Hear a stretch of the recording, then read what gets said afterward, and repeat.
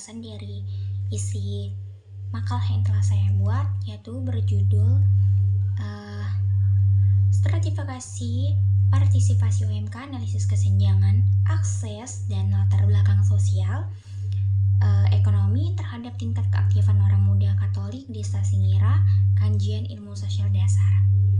Nah, seperti yang kita ketahui bahwa OMK itu atau orang muda Katolik merupakan generasi penerus yang memiliki peran penting dalam perkembangan dan keberlangsungan aktivitas gereja Katolik. Nah, partisipasi OMK ini tentunya dalam kegiatan gereja tidak hanya menjadi indikator keaktifan secara individu dan juga tetapi juga mencerminkan keterlibatan sosial dan kontribusi mereka dalam komunitas gereja sehingga dapat membangun keaktifan gereja yang baik dan teratur sehingga dapat mengikuti kegiatan OMK di luar yang melibatkan seluruh anggota.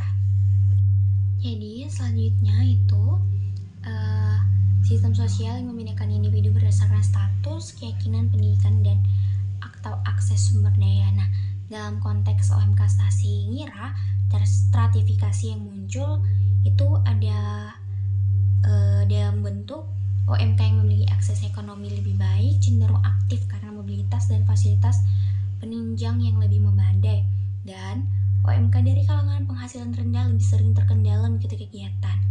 Nah, kesenjangan aksesnya yaitu perbedaan kemampuan OMK untuk keterlibatan dalam kegiatan baik karena faktor transportasi dan juga gawai, kuota internet atau untuk koordinasi, kemudian maupun biaya iuran.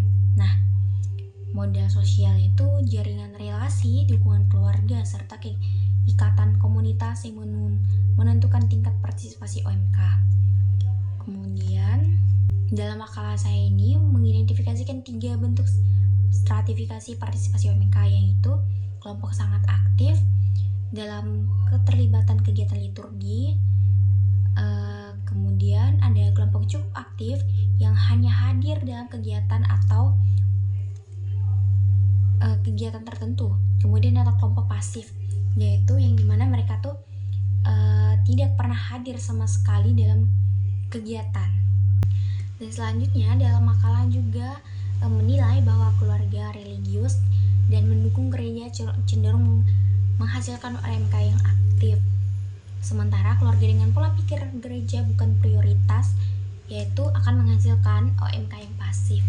Dan juga kemudian makalah memberikan kontribusi penting dalam kajian pastoral dan ilmu sosial dasar. Kemudian terinti dari makalah yang saya buat, yaitu tentang bagaimana situasi OMK di Stasi Ngira, yaitu ketika mereka ingin mengikuti kegiatan OMK yang ada atau diselenggarakan oleh paroki misalkannya, mereka itu terkendala karena akibat akses jalan yang tidak cukup memadai dan juga dukungan dari orang tua, dan juga disertakan juga dengan mereka ini bekerja, jadi mereka tidak dapat untuk mengikuti kegiatan yang ada. Nah, kesimpulan dari makalah saya yaitu bahwa partisipasi di Stasi Ngira menunjukkan adanya stratifikasi sosial yang signifikan dan juga serta latar belakang sosial ekonomi menjadi faktor utama yang mempengaruhi tingkat keaktifan. Kemudian perbedaan akses terhadap sumber daya seperti waktu, uang, dan hubungan sosial membuat kelompok OMK memiliki modal sosial yang rendah mengalami penghambatan dan juga berpartisipasi. Nah, hal ini membentuk lingkaran tertutup yang dimana didominasi oleh kelompok dengan modal sosial yang lebih besar.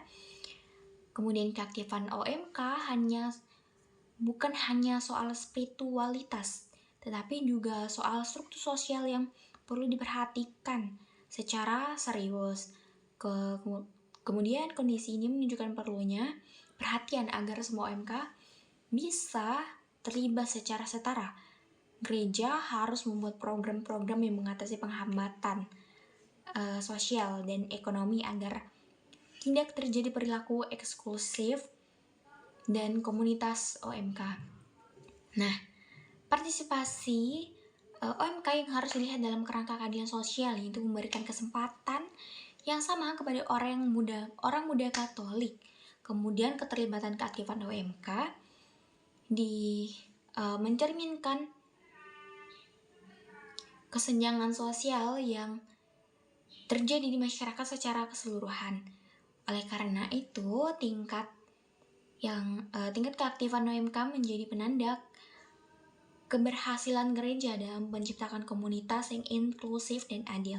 Dengan demikian, mengatasi hambatan sosial dan ekonomi dalam partisipasi OMK adalah kerangka strategis untuk membangun gereja yang terbuka dan adil dan berkelanjutan, yaitu menjadi tempat bagi semua orang muda Katolik untuk berkembang secara menyeluruh.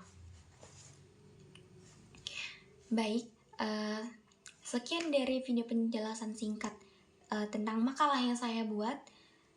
Kurang lebihnya saya mohon maaf. Sekian dan terima kasih.